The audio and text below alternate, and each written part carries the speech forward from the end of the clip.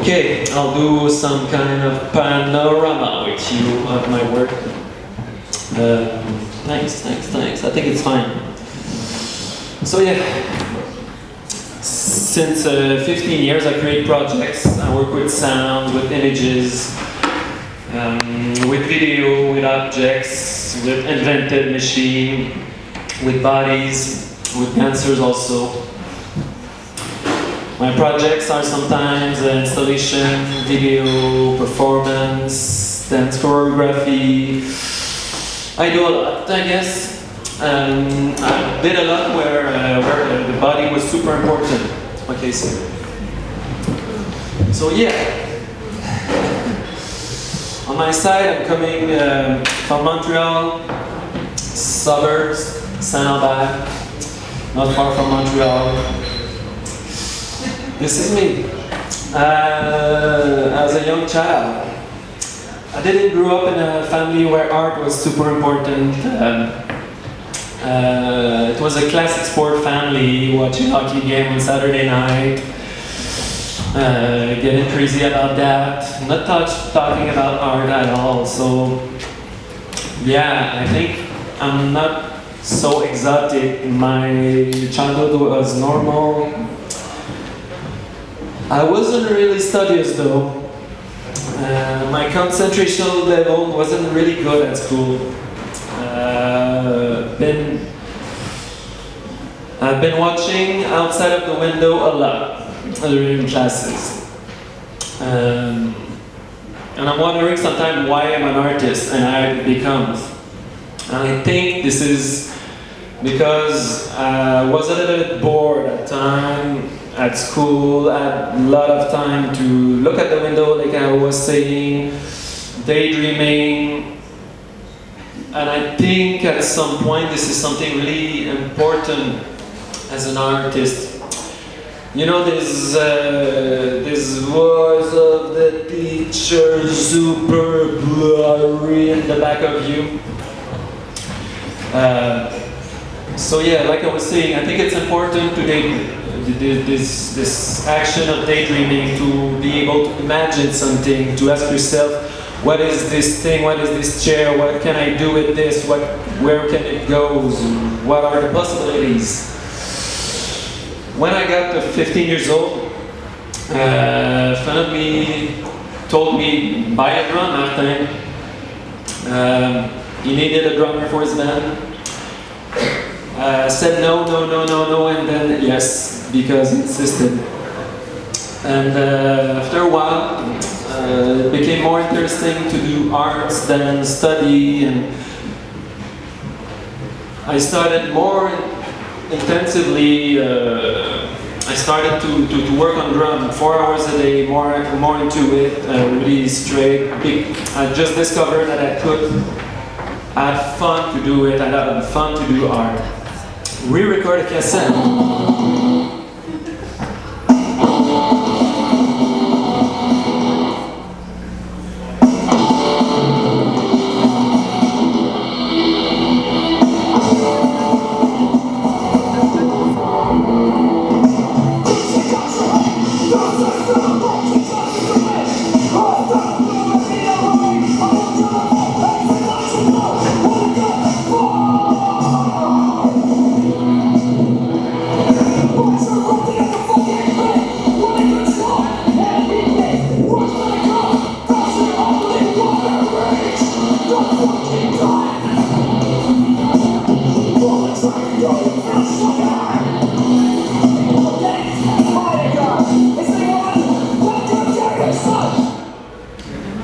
So yeah, I really felt alive when I was doing this music.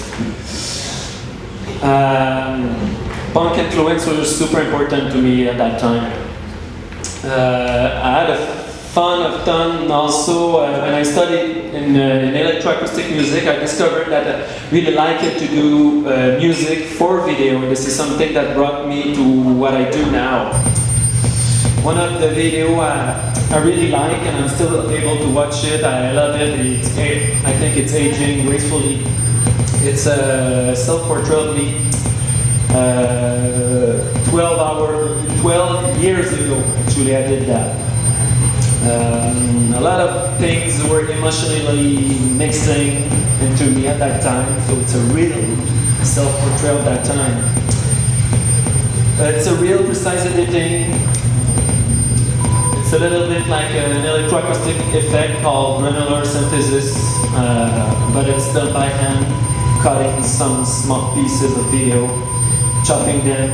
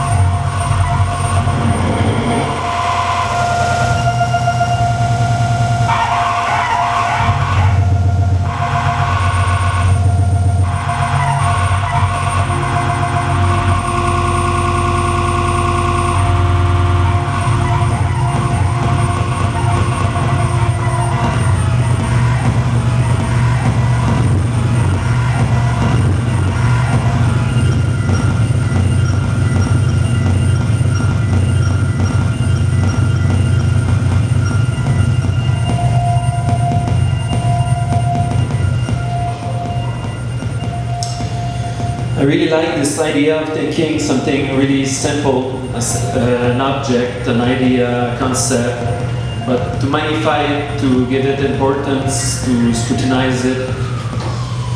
It's something recurrent I'm doing. I'm always start like that, a project, just having this spark of something I want to do. One of the things which was super important to me when I graduated, what would I use on stage to present my music? This is what kind of performance would it be? What could I imagine on stage? How would I present it? In my project, I always start with this this idea of what would be this frame on stage. What would I dream of? I'm more often thinking about than scenography and objects or about invented instrument, like I said. But if we put on something on stage that need to mean something, then started to use old objects.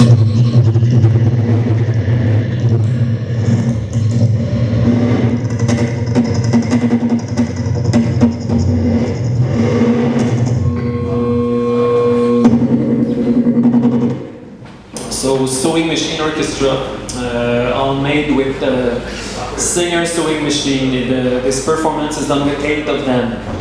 At that time I was really interested in the sound of these objects and how you can manipulate them. What is interesting also is that you know those objects. People usually know those kind of machines. If you don't know them, maybe your parents know them, maybe there's a link. There's a link actually, quite often. I just understood there were machines like that everywhere in the world, or almost. What's interesting about that? For instance, in Derry, I've been told a story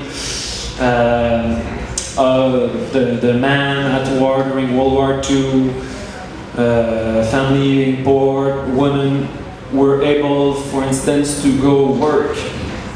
And work in what? Work in textile industry. But so I got a lot of comments about those machines when I went, for instance, in Derry, about women working in those textile industries.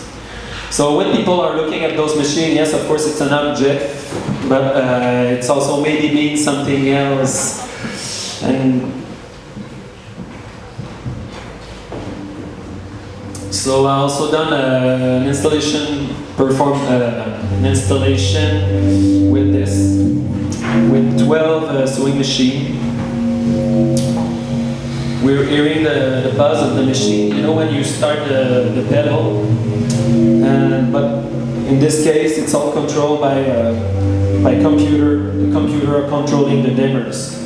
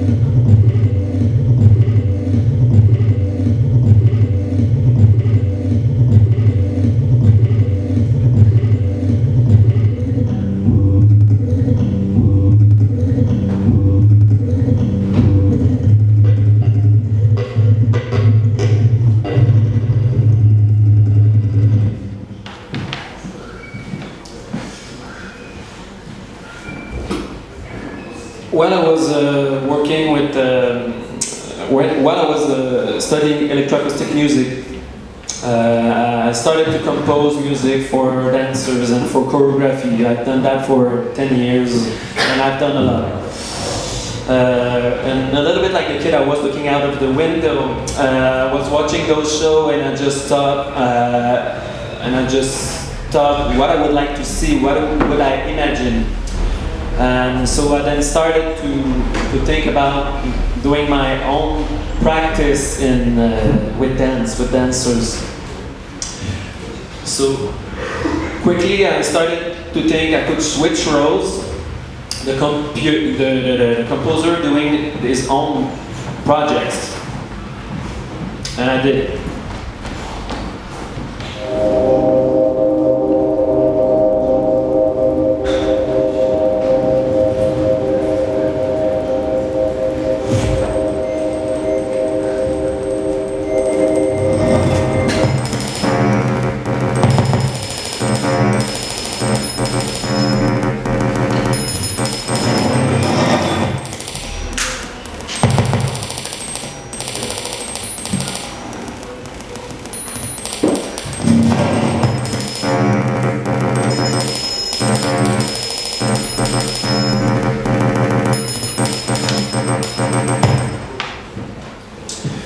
I've mentioned before invented instruments. It's something that really I really like, and I did that during a period of time with Nicolas Bernier, a friend of mine. We created 2 projects together.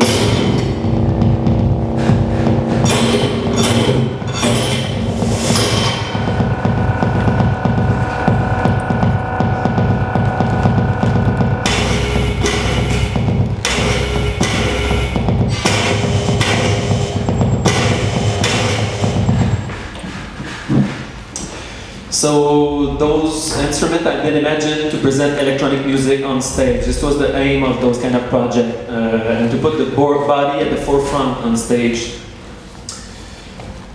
We wanted the gesture of the player to be super clear, to be related to sound, and so when you're creating something, a sound or something, it's really clear what's happening between this sound and the movement. All the last projects have been emerging almost at the same time, and I guess between 2010 and 12.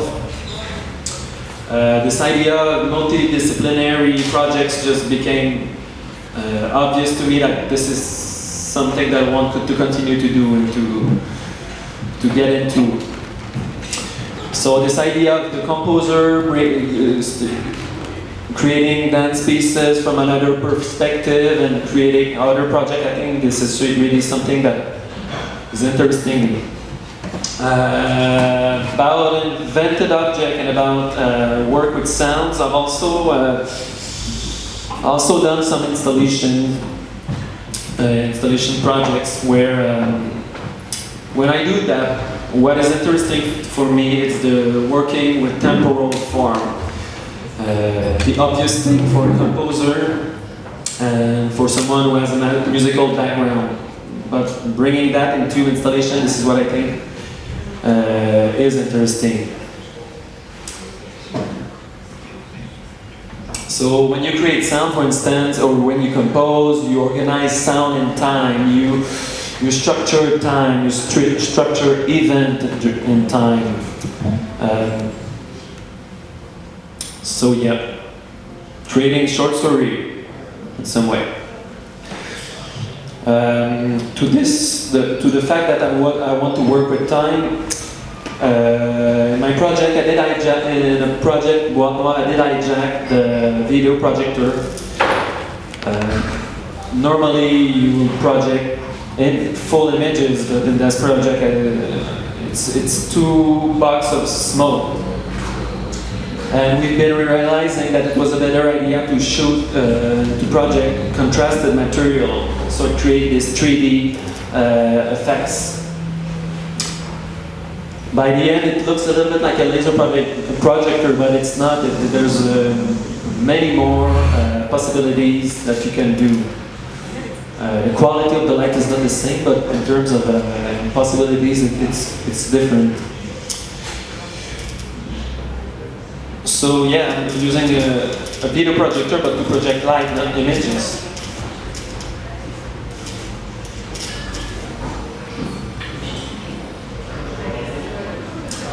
I guess because I've been studying drum and because I've been started with drums in my life and life of art, cutting and video editing is really super important. This is something which is always there.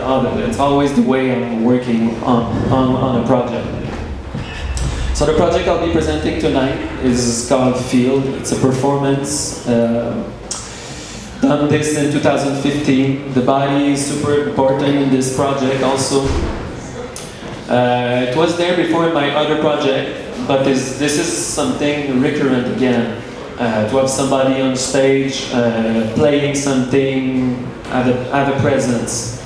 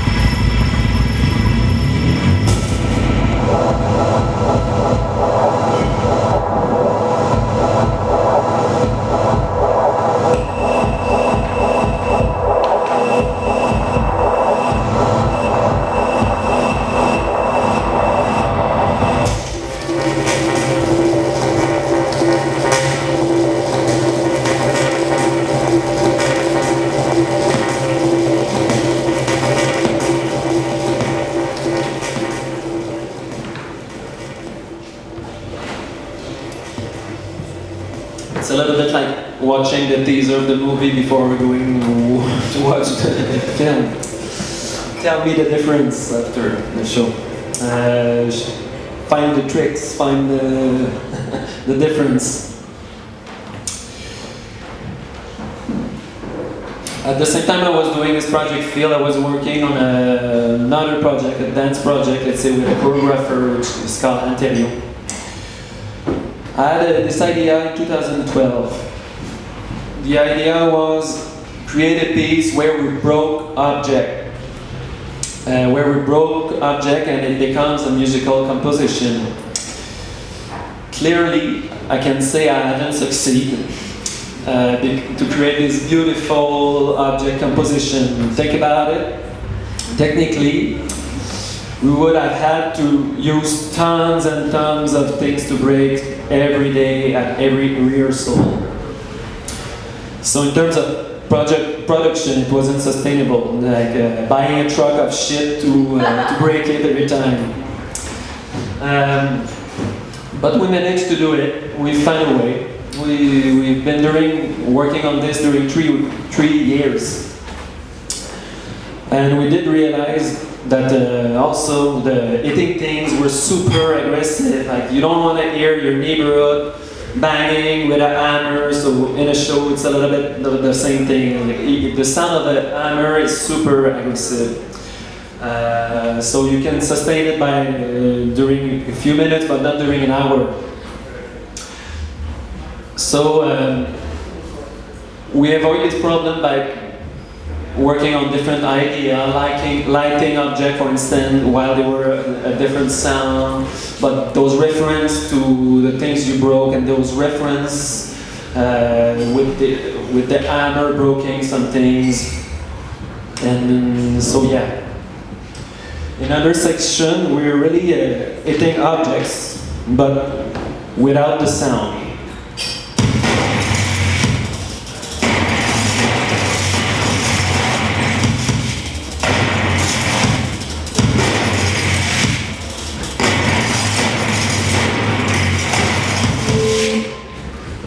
So I meant without the sound because all those boxes, they are muffled. So we wanted to put attention on the strike and not necessarily on the sound.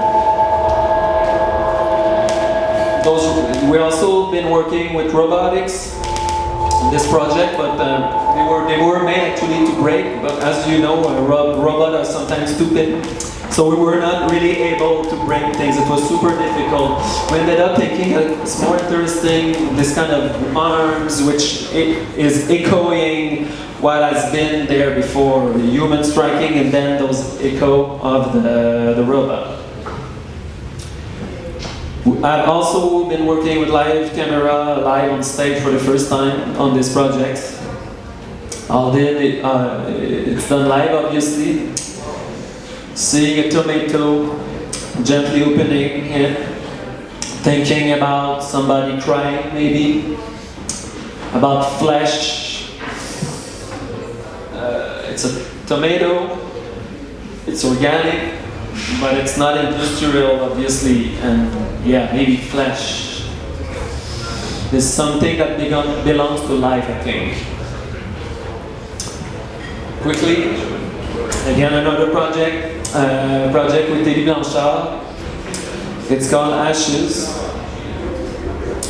We wanted to work with Ashes on this project, and live video again.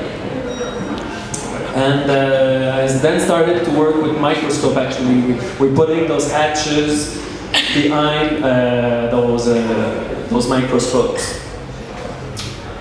So what you see are ashes, and we made them move with a different module. So this project was to work from microscopic to macroscopic. So macroscopic being those instruments were moving, and microscopic being the ashes and those small burnt material. So they are animated with the instruments that you see in the center. We built them, but it's mainly Eli who built them, but I helped. So those modules behind the microscope, sometimes they're turning, shaking. And then it's gonna end soon, my last project I did last June with 60 dancers, from smaller to bigger. I was in charge of the choreography on this project. I was giving instruction to the dancers. They had in-ear in their ear, so all the dancers are responding to me when I'm talking to them. I'm telling them how to move, when to move. It's a huge project, so dealing with all those people wasn't simple, obviously. But I'm super proud of this project because I've been, I think, able to mix my solo performance project with dancers. I mean, dancing my dance project and mixing my solo project together.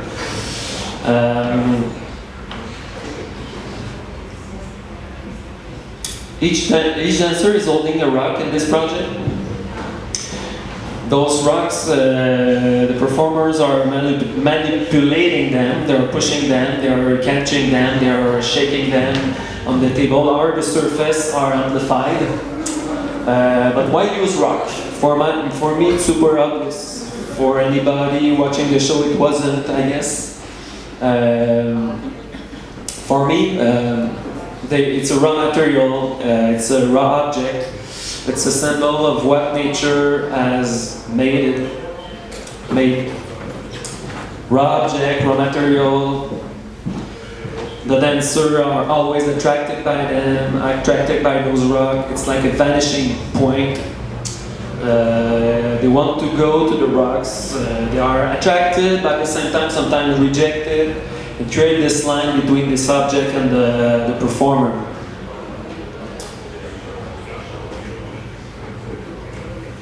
I really wanted them actually to be in relation with an object and not with a person like it is usually with in dance. But so yeah, symbol of nature, rocks, all in this in the urban context.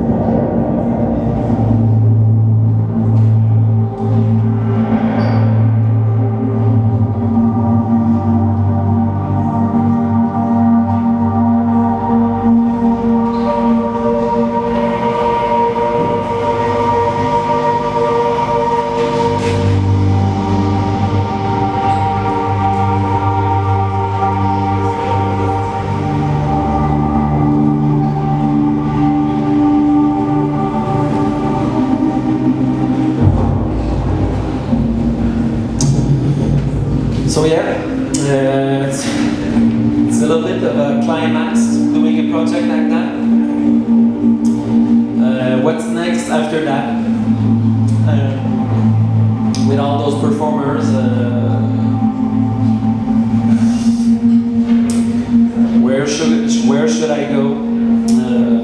Where I want to go? Well, if you know, I don't know. Help me, please. You can write on a small paper, leave the paper at the door in the front. No, I'm kidding, but at the same time, I don't know exactly what I will do after all that. So I guess I should end this with a question mark. Just got 40 years old. That's it. And yeah, see you later at the performance, I guess.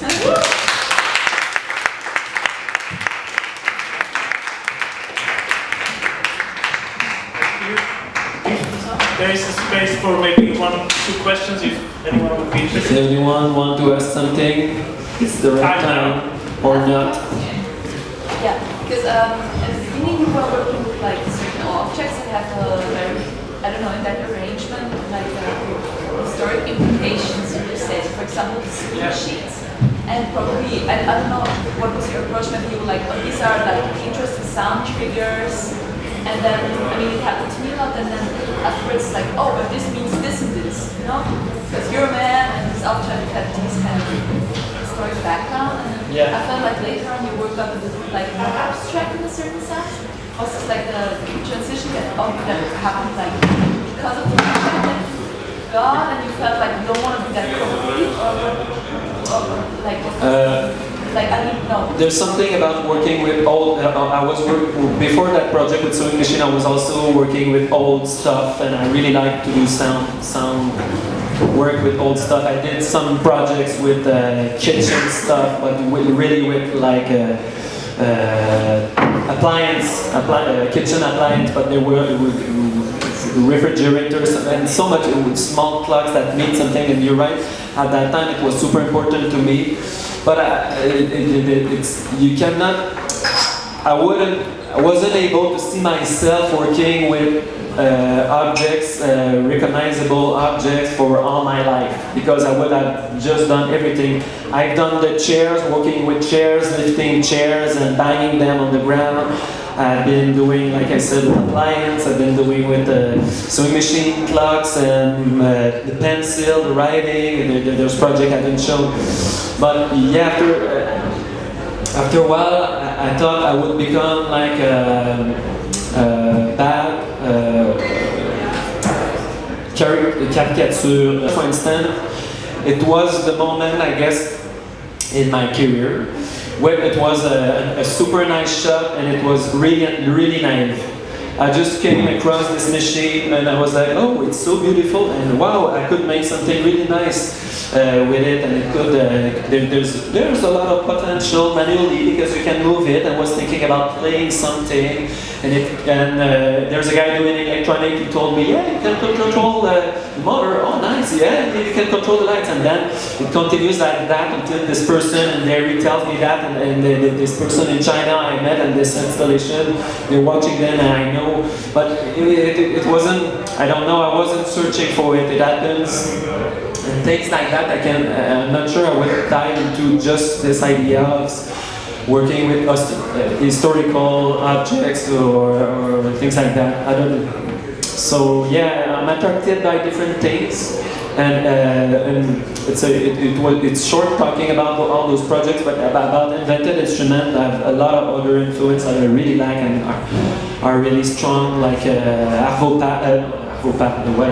what the fuck? Harry Parch, I don't know if you know him. He's building his own system. It's an amazing inventor.